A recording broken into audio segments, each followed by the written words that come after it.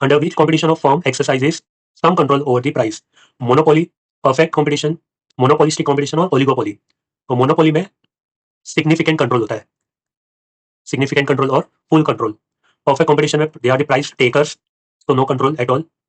Monopolistic competition में some control होता है और ओलिगोपोली में they are the price makers.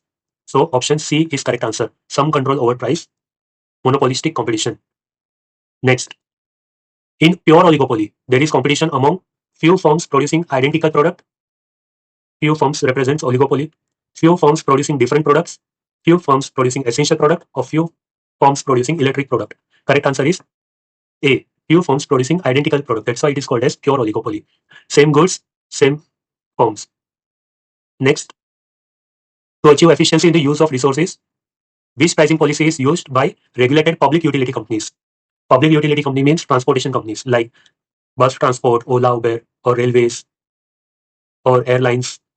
So, peak load pricing, tariff pricing, independent pricing, or transfer pricing. Correct answer is peak load pricing. Public utility companies use peak load pricing strategy. It means high price during peak hours and low price during non peak hours. इसलिए flight, ओला, उबर, cabs के जो charges होते हैं वो peak load pricing होते हैं. मतलब जो टाइम पे ज्यादा पीक आवर्स होता है वो ड्यूरेशन में ज्यादा चार्जेस होगा और नॉन पीक आवर्स में कम चार्जेस होते हैं. ऑफ सीजन में या नॉन पीक आवर्स में कम चार्जेस होते हैं.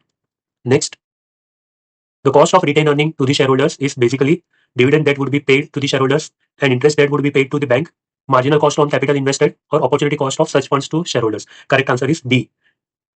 Cost of retained earning means जो proportion of profit as a dividend distribute करने वाले थे उसके बदले री इन्वेस्ट कर दिया बिजनेस में, तो ये रिटेन अर्निंग हो गया.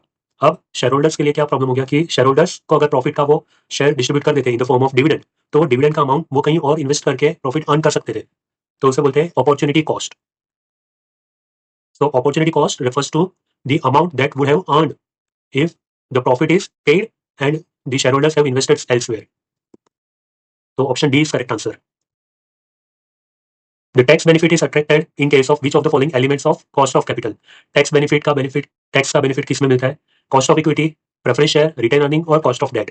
तो हमें पता है कि earning before interest and tax में से पहले इंटरेस्ट माइनस करते हैं, फिर जो अमाउंट बचा उसमें से टैक्स पे करते हैं.